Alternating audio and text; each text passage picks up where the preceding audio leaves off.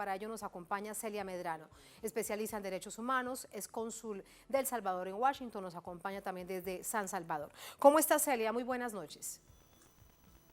Muy buenas noches, gracias por esta oportunidad de estar con ustedes en este programa hoy. A usted muchísimas gracias. ¿Cuánto influyó en los últimos días para este resultado el discurso incendiario permanentemente en medios de comunicación del presidente Nayib Bukele, Celia? Para entender primero por allí este resultado. Creo que hay que analizarlo sobre la base de pasos que van de manera acelerada en el país de cómo cuaja un discurso populista y un discurso de odio para que el populismo y una lógica autoritaria puedan prosperar. Debe de haber siempre un enemigo, debe de estar enfilado el ataque hacia alguien a quien echarle la culpa de que las cosas salgan mal o que haya obstáculos para poder seguir adelante. El discurso de odio como estrategia político-electoral ha funcionado para el grupo de poder que está alrededor del presidente de la República actual y no es algo inventado el que haya mucha decepción, desilusión, frustración de las personas con respecto a gestiones que no hicieron lo mejor para sus propias poblaciones en gestiones anteriores gubernamentales y que tuvieron también fuertes representaciones legislativas. Esa frustración se convierte en odio, es azuzada en mensajes de odio como estrategia política electoral, combinada con otras recetas también de carácter populista, como regalar comida, regalar víveres, agenciarse el reparto de vacunas en el contexto de COVID-19, todo en una dinámica electoral. Este es el resultado de haber hecho proselitismo desde el Poder Ejecutivo, utilizando las herramientas, la estructura, los recursos del Estado para ello de manera permanente en línea recta. Es importante plantear de que los resultados deben de respetarse, lo hemos dicho ya desde muy temprano el día de ayer, cualquiera que hubiese sido el resultado hecho voto en las urnas, todos los actores tenemos la obligación de respetarlo. Eso tiene también explicaciones en ese sentido, pero ahora que ya conocemos los resultados, es fundamental estar atentos a que ese discurso de odio se detenga y no siga llevándose una eterna campaña electoral, primero desde el Poder Ejecutivo, ahora desde el Parlamento, desde la Asamblea Legislativa, hacia una línea recta de una posible reelección presidencial. Sí, cuando nos hablas de no mantener un discurso de odio y pensar en otro camino, ¿qué tanto realmente pueda existir de ello? Y para ese análisis es necesario preguntarte qué pasó con Arena. Estamos hablando de un partido de derecha, pero el partido más tradicional de la derecha en El Salvador. ¿Qué pasó con Arena y qué pasó del otro lado, en la otra orilla, con el FMLN?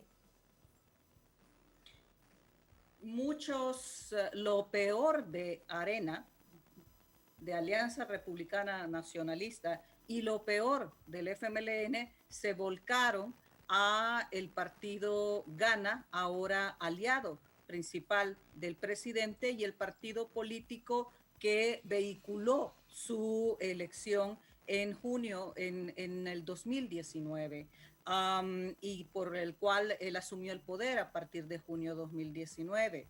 Es algo que todavía la población no alcanza a revisar.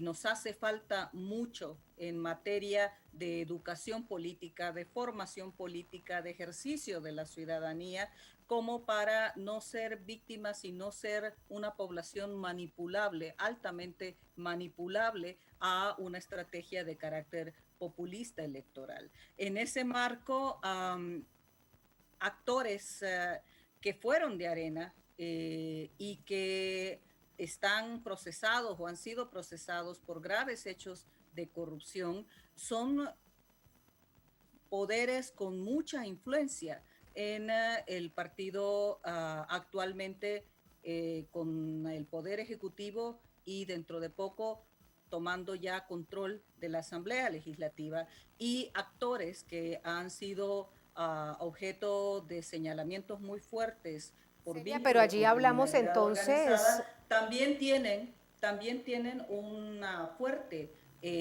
presencia en esta nueva expresión política que arrastra viejos vicios que de nuevo no tienen nada. sí, Son viejos vicios en una nueva presentación electoral. sí, allí permíteme preguntarte qué pasa con la memoria política colectiva o con la memoria colectiva. Si hay, usted nos dice, estos actores políticos que salieron, por ejemplo, del FMLN y de Arena y se van a formar esta colcha de retazos que es Gana y Nuevas Ideas, tienen vínculos con la corrupción y son conocidos. ¿Qué pasó con la memoria colectiva si les están dando este triunfo?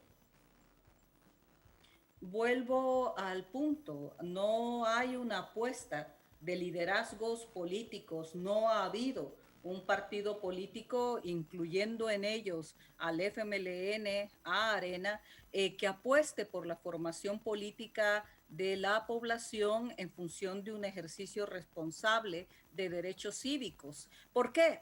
¿Por qué nadie ha apostado a eso y tampoco lo hará esta nueva expresión política partidaria? Porque una persona formada, un ciudadano formado políticamente, no es fácil de manipular.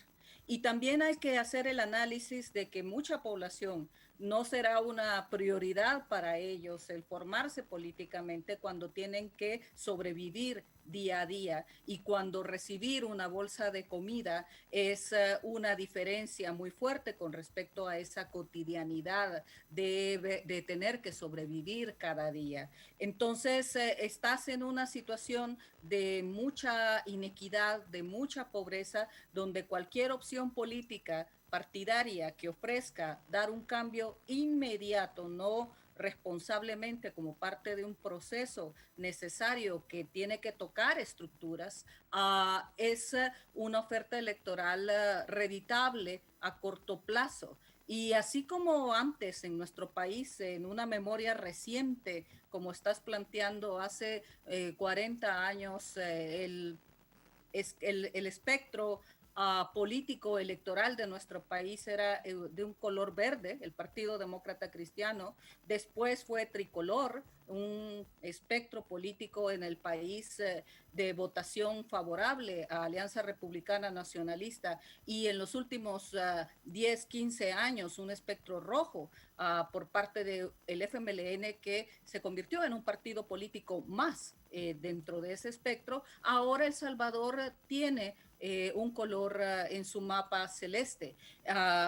Esa misma población que ha castigado a Alianza Republicana Nacionalista y al FMLN, probablemente será la misma población que castigará a Nuevas Ideas cuando descubra de que una vez más ha sido engañada. Pero mientras no haya formación política, mientras no haya una apuesta a la formación política para el ejercicio de la ciudadanía, difícilmente la población no estará susceptible una y otra vez a ser engañada con discursos populistas y una campaña electoral que en este caso ha atropellado toda la institucionalidad, ha atropellado toda la legalidad, ha sido construida en base de engaños y de anomalías y sobre la base de prometer algo que no estamos seguros podrá ser cumplido. La situación económica del país es muy fuerte y no bastará tener una mayoría casi absoluta o absoluta en la Asamblea Legislativa.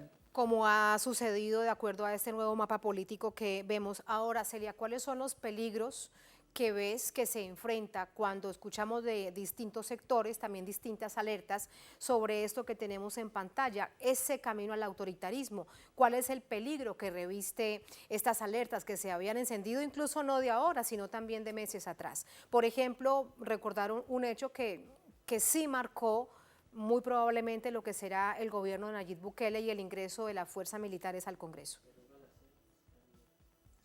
El perfil del presidente y de los grupos que tienen poder alrededor del presidente es un perfil claramente autocrático y autoritario. Eso no es sano para nadie. Y han entrado por la vía democrática. Sería un poder más, un partido político más que explota un liderazgo altamente popular convertido en su presidente y lo capitaliza a tener más poder en la Asamblea Legislativa y por ende hacia el órgano judicial y hacia otros poderes del Estado.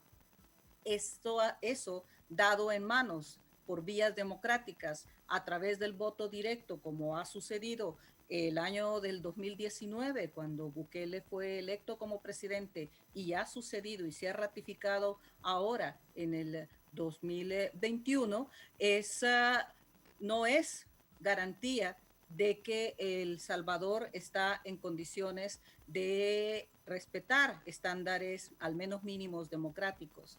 Por el contrario, aunque hayan entrado por la puerta democrática y bajo el voto directo popular, con apoyo del voto directo popular, una concentración tal de poder como ahora se les ha dado, puede ser instrumentalizada para tener poder absoluto y de tal manera se cambian las reglas del juego, se cambian las normativas democráticas mínimas con las que el país contaba hasta el momento y por lo tanto no haya realmente un nuevo juego electoral, un nuevo escenario electoral donde la población pudiese castigar, entre comillas, manifestar su descontento electoralmente hablando contra un nuevo gobierno que le ha fallado nuevamente, que le ha desilusionado nuevamente, porque para entonces podrá ser demasiado tarde. Si se cambia toda la estructura institucional democrática de acuerdo a la conveniencia de estos actores que ahora tienen tanto poder para garantizar poder absoluto, poco importará dentro de poco si ese gobierno tendrá apoyo popular o no. Ese es el panorama electoral y allí planteados los peligros que tanto se alertan. Celia, muchísimas gracias por el análisis. Muy buenas noches. Muy buenas noches a Telesur. Muchas gracias.